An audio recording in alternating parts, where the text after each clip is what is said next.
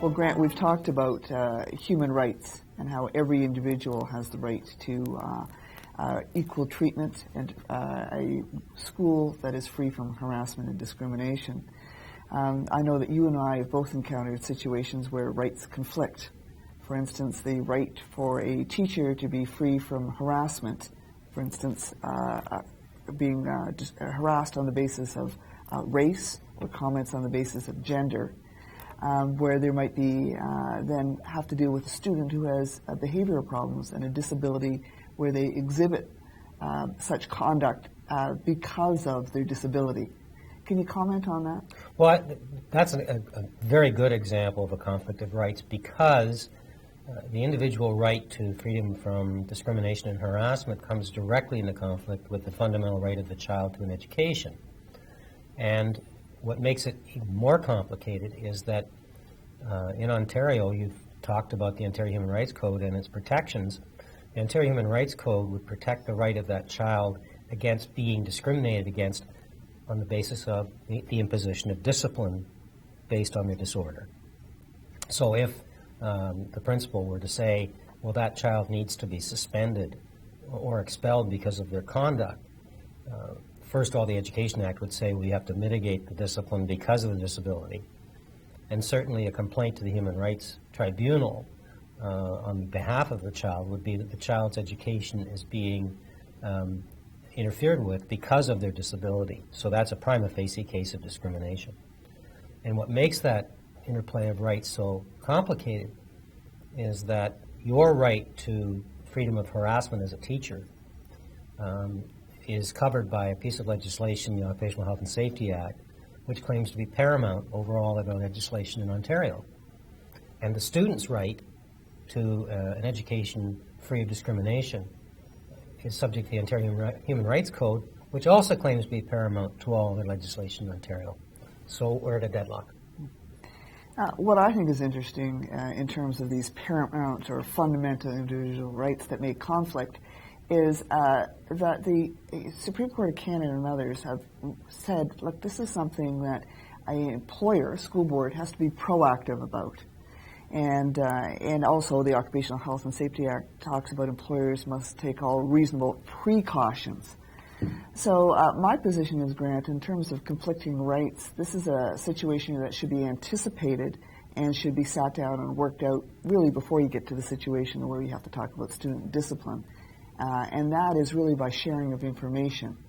When we talk about accommodations, typically if there's a union involved, that the union and the employee and the school board sit down together to work out the accommodation. When we have conflicting rights, wouldn't we have a similar situation where you would sit down, have to share the information about the student's disability and work out reasonable precautions? Yes, and in the ideal world you would. But unfortunately in the real world often students appear on the threshold of the school saying, here I am, educate me. And what do we do in the meantime? Preparing safety plans in the case of behavioral students, or preparing some kind of plan to deal with this particular kid's disorder takes a significant period of time. It involves not just a classroom teacher, but other professionals for the school board. What do you do with the child in the interim? In terms of these situations, though, typically these come up frequently. My experience is that there are many behavioral issues with students where the teachers and educational workers are put at risk. There are many teachers that come to me who have been physically hit as a result of a student's conduct, their behavior, and maybe because of their disability or maybe because of pure behavioral issues. In terms of dealing with this is certainly something a school board should anticipate and recognize as an ongoing safety issue in the schools. Again, in the ideal world, yes. But the problem, of course, is the practical reality of what do you do with the child. You can plan all you want. You can have all the meetings you want. The child has this fundamental right to be educated. And there are a lot of restrictions placed by the Education Act on the employer's freedom to exclude or discipline that student. and typically, if it becomes a human rights issue, which it inevitably will be, from my experience, students and their parents are not hesitant to go to the Human Rights Tribunal in these kinds of cases. Invariably, the issue then comes down to the school board's duty to accommodate the youngster. And that duty is to the point of undue hardship. And unfortunately for school boards in Ontario, we're large corporations with multi-million-dollar budgets. The Toronto budget's over $2.5 billion. And the Human Rights Tribunal routinely says, well, no cost is too great. You have to accommodate the child. There is no unreasonableness. Even if we cite personal injury to teachers, which occurs, and personal injury to educational assistants and other classroom support, which often occurs, it's not clear that safety trumps human rights, which is what many unions would claim in these circumstances. Grant, the new amendments to the Occupational Health and Safety Act refer to specifically workplaces free from violence and harassment.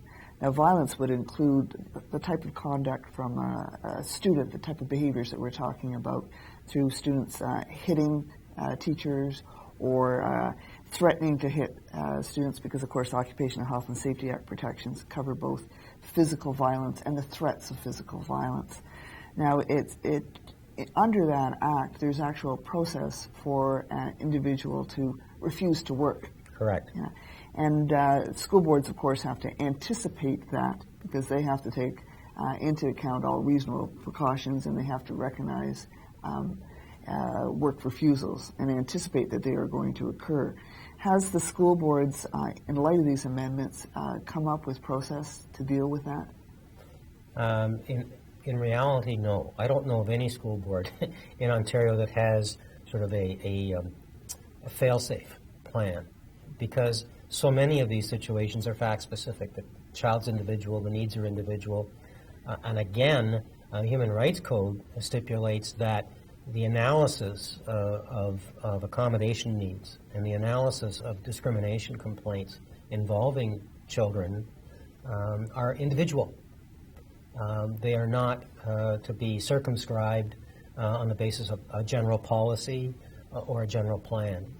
Each intervention with a child has to be specific to the needs of that individual child, and that's what causes the problem. The child has many avenues through the parents of dealing with the situation. For example, say we were to use the power that the school board has, that the principal has, to simply send a child home on the basis that the child is perceived to be a threat to the safety and security of persons in the school, namely the teacher and other staff. That child's parents can appeal that decision to the school board. And school boards typically don't like to be in conflict with parents. And so often they will overrule the principal and say that child has to go back to school. So now we're back at step one again. We've got a child, we have to educate them, and we've got staff who refuse to work with them. And it's almost an impossible dilemma. Yeah, where I take issue with you, Grant, in terms of an impossible dilemma, is that we know that school boards have records with respect to students. Typically, the student just doesn't show up without any background information in terms of the records that school boards have access to. And so in terms of the Occupational Health and Safety Act, it refers to, for instance, workers, teachers, educational assistants, principals. They should all be given the information ahead of time with respect to students, which the Act says that they are likely to encounter in their workplace. So, for instance, if a teacher is assigned to work with a particular student, and the student, we're not talking, has been in the school board or the system for a number of years, there will be information and records with respect to the behavioral issues that should be anticipated and should be disclosed to those who have to encounter the student. Again, in an ideal world, that's the case. And in fact, that's what happens in terms of children that come up through the system. This information is gathered incrementally. Yes, it is shared.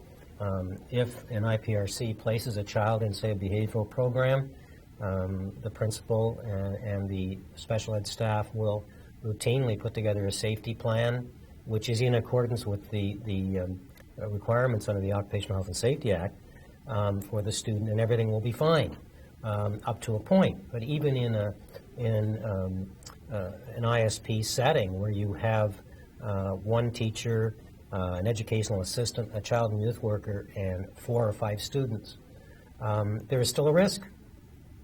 And so the question is, well, how great is the risk? And that's always a guessing game. In the real world, children do arrive at your doorstep without records. They transfer from other school systems. They transfer from other schools, and the records are incomplete.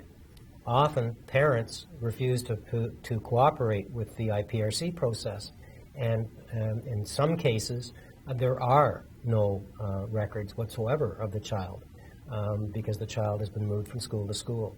In those situations, quite literally, the child's on your doorstep. You have no records to share. You have to create those records from scratch.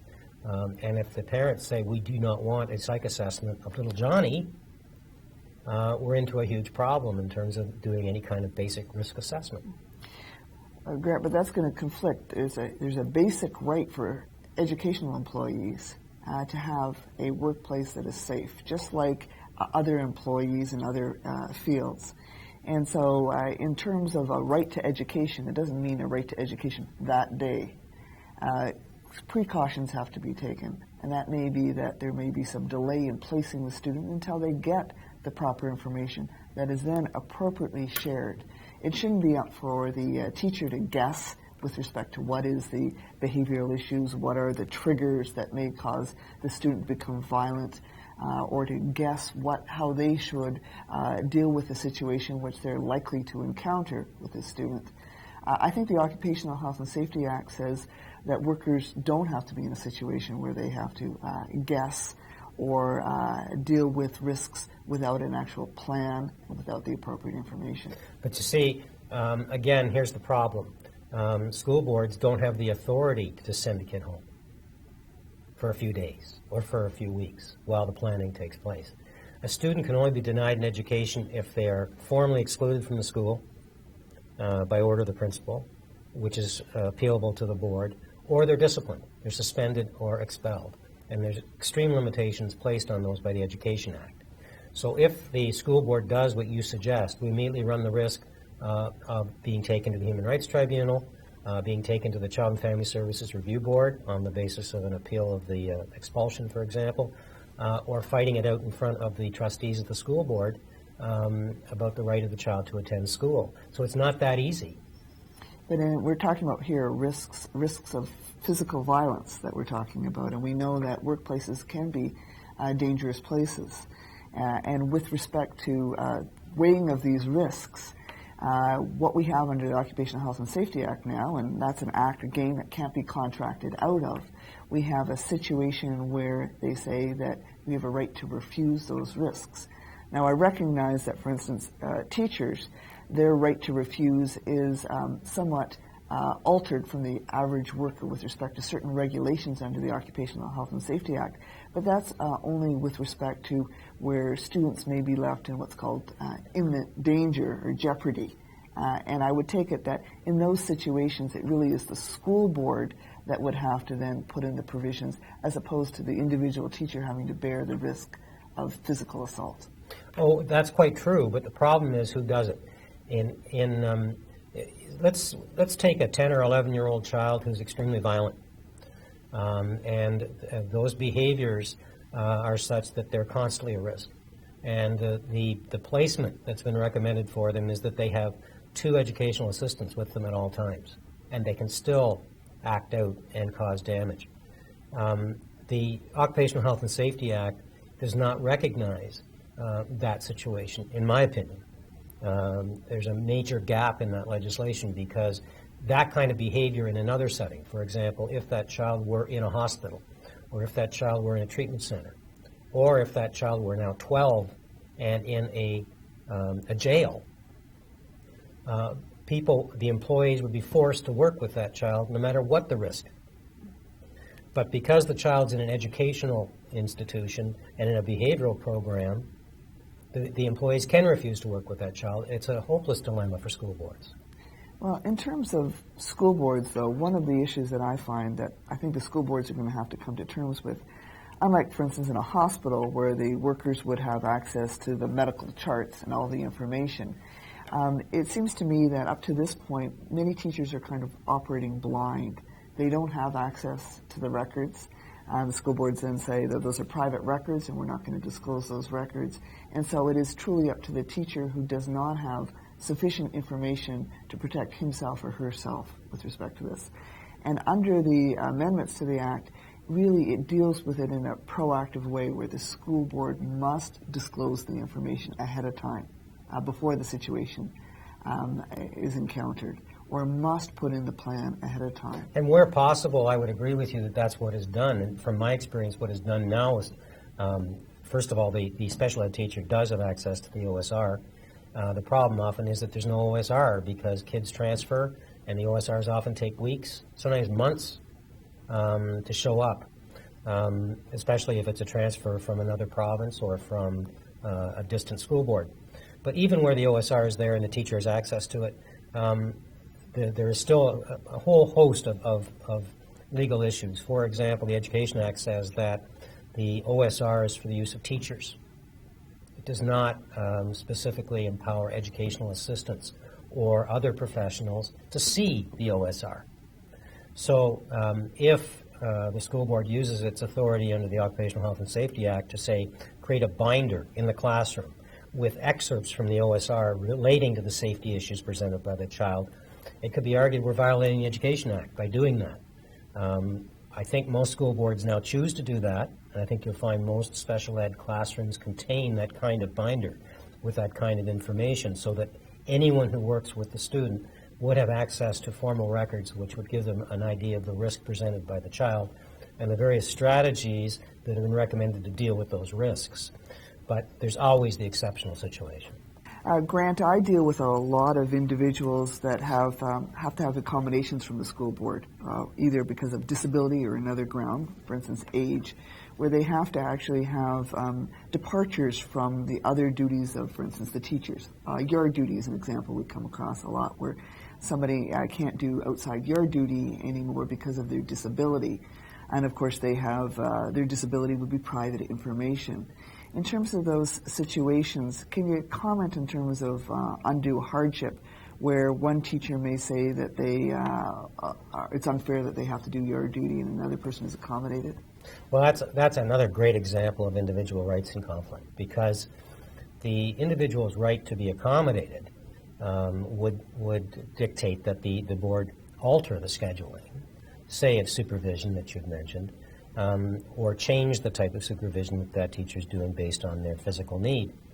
And the law would say that the colleagues, the other teachers, have to also share in that accommodation. And if that means they work harder or they do more duty, that's what the Human Rights Code would suggest they have to do. Of course, teachers would say, well, no, we don't want to do that because the collective agreement says you're exceeding our supervision time. And we just don't think it's fair, so we're not doing it. So then the school board would have to say, well, that means we have to hire somebody to do that duty. And that's when you get to the threshold of the issue of accommodation up to the point of undue hardship. Because is it an expectation that an employer create a job which is simply, the purpose of which is to accommodate another employee's duties? Well, Grant, in terms of the duty to accommodate, the duty is the employer's duty to accommodate to the point of undue hardship. It's not for the colleagues to accommodate to the point of undue hardship. Well, I disagree with you because the case law would suggest, and there are many cases now which show that alterations of work schedules and that sort of thing are an expectation of colleagues. Well, we could talk a little bit more about that, but in my view, the case law indicates that it clearly falls squarely on the employers.